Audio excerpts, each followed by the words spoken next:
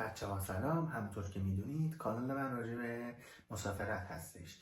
یکی از مسائلی که همیشه ما بهش برمیخوریم اینه که پرواز رو از کجا بگیریم، چه قیمت مناسب میتونیم پیدا بکنیم، چه وبسایت هایی هست، چه اپلیکیشن هست. یکی از اپلیکیشن ها که میتونم بهتون معرفی کنم booking.com هستش، یکی دیگه اسکای اسکنر و بعدی cheapfly.com هستش که شما میتونید از این سه تا وبسایت و اپلیکیشن داخلش برید و قیمت مناسب پروازتون رو انتخاب کنید. بحث بعدی اینجاست که حالا داخل این وبسایت ها چجوری میتونیم قیمت های مناسب رو و زمان مشخص رو انتخاب کنیم. مسئله هستش اینه که شما وقتی داخل وبسایت مثلا اسکای اسکنر میرید، شما مبدا رو مشخص میکنید به اسم منچستر، ولی مقصد رو میزنید anywhere، یعنی هر جایی.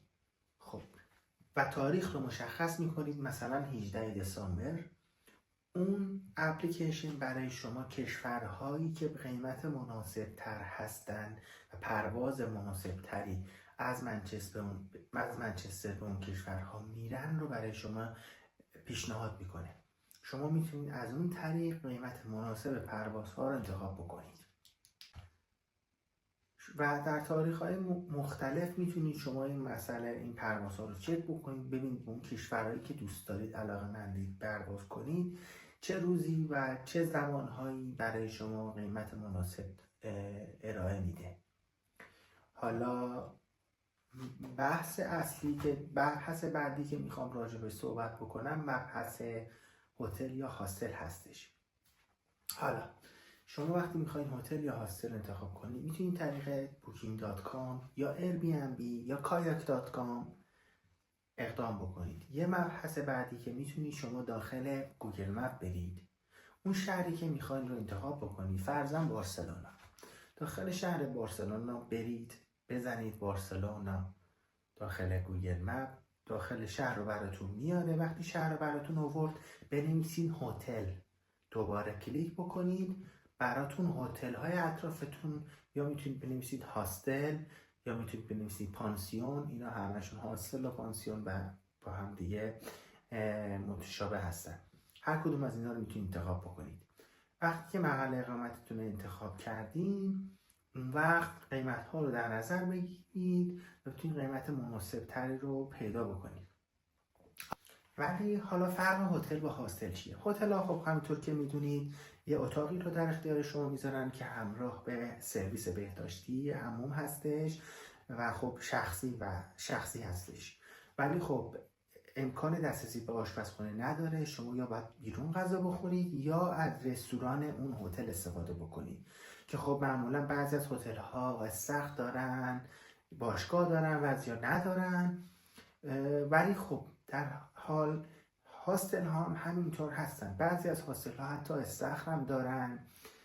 خب ولی خب همینطور که میدونید هاستل ها یه مزیتی که دارن اینه که سرصداتشون زیاده، به خاطر اینکه افراد بیشتری هستن و تو اونجا رفت و آمد دارن. ولی هتل خب نه، بیشتر حالت شخصی داره، سرصداش کمتره، ولی خب شما کسی رو نمیبینید. خب حالا بهتره کم راجع به هتل ها و مزیتاش صحبت کنیم. مزیتی که هتل داره اینه که خب ساکته، مثل هاستل نیست که خب 10 نفر آدم توی اتاق زندگی میکنن هستن.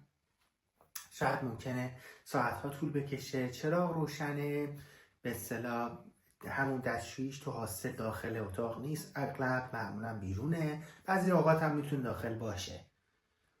ولی خب نفرات بیشتری هستن، سرصداش بیشتره، شبها ممکنه خواب بهتری نداشته باشید.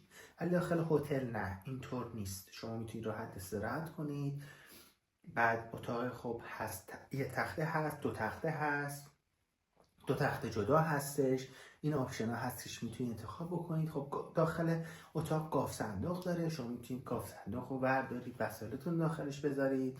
گرچه توی هاستل هم قسمت هایی هستش از هاستل، حالا بعضی هاشون طبقات مختلف، بعضی طبقات هفت، بعضی ها زیر -1 هستش که میتونید داخل اونجا برین، وسایل که دارید مثل پاسپورت یا وسایلی که هستش رو داخل اون بذارید، داخل اون سیفه بذارید و معمولا 5 یورو شارژتون میکنن، یعنی دریافت میکنن بابت اون که وسایلتون شما اونجا گذاشتید. خب دوربین داره، چک میکنه و هیچ مشکلی هم نداره.